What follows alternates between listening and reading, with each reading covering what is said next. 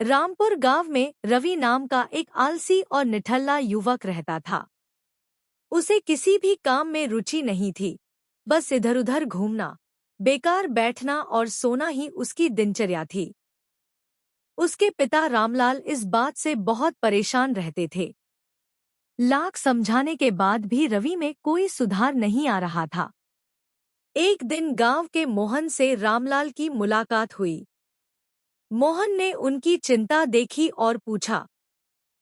क्या हुआ भाई, इतने परेशान क्यों दिख रहे हो? रामलाल ने दुखी होकर कहा। क्या बताऊं, मेरा बेटा रवि बिल्कुल काम नहीं करता। बस दिन भर सोता रहता है। समझ नहीं आता कि क्या करूं। मोहन ने सलाह दी। उसकी शादी कर दो, जब जिम्मेदारी पड़ेगी तो खुद ब खुद समझ आ जाएगा। रामलाल ने यह उपाय आजमाने का फैसला किया और रवि की शादी सुशीला नाम की एक मेहनती लड़की से कर दी। लेकिन शादी के बाद भी रवि की आदतें नहीं बदली।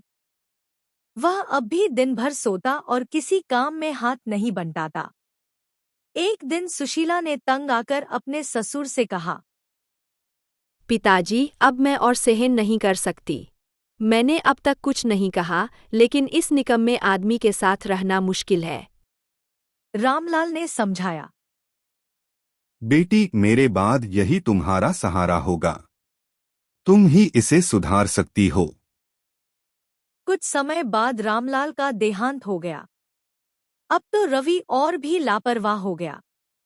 घर की हालत बिगड़ने लगी। सुशीला ने एक दिन उसे झकझोरते हुए कहा। तुम बस सोते रहते हो। अब घर में खाने को भी कुछ नहीं बचा। तुम कोई काम क्यों नहीं करते? रवि टालते हुए बोला। जहां भी जाता हूं, वहां छोटे मोटे काम ही मिलते हैं और मैं ऐसे काम नहीं कर सकता। अगले दिन वह अपने दोस्त राजेश के पास गया और कहा। भाई, कुछ पैसे दे दे, घर में खाने को कुछ भी नहीं है। राजेश ने सख्ती से कहा। रवि, मैंने कई बार तुझे पैसे दिए, लेकिन तूने कभी लौटाए नहीं। अब और नहीं दूंगा। रवि निराश होकर गांव के एक पेड़ के नीचे बैठ गया। तभी दो लोग आए और कर्ज चुकाने की मांग करने लगे। एक आदमी गुस्से में बोला। अगर तूने पैसे नहीं लौटाए तो तुझे सबक सिखाना पड़ेगा। तभी सुशीला वहां पहुंची और बोली। रुको, इन्हें मत मारो। मैं 1 महीने में सारा कर्ज चुका दूंगी। उन लोगों ने कहा। ठीक है, लेकिन समय पर पैसे नहीं मिले तो अंजाम अच्छा नहीं होगा। घर लौटने के बाद सुशीला ने रवि को फटकार लगाई। अब भी नहीं बदले तो कभी नहीं बदलोगे। कुछ काम ढूंढो, वरना सब बर्बाद हो जाएगा।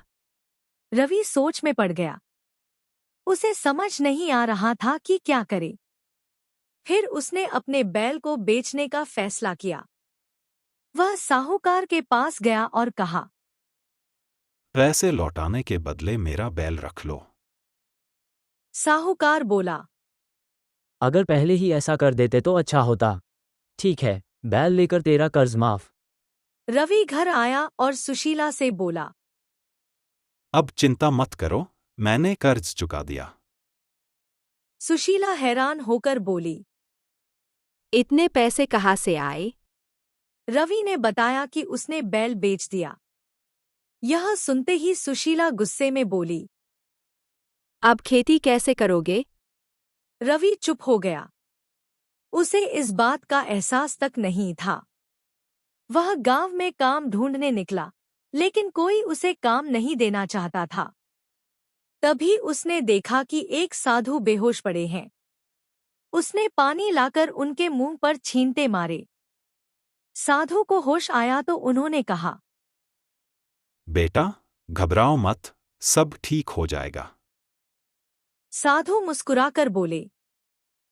तूने बहुत कर्ज ले रखा है, तेरी पत्नी तुझसे नाराज है और अब तेरे पास खेती के लिए बैल भी नहीं बचा।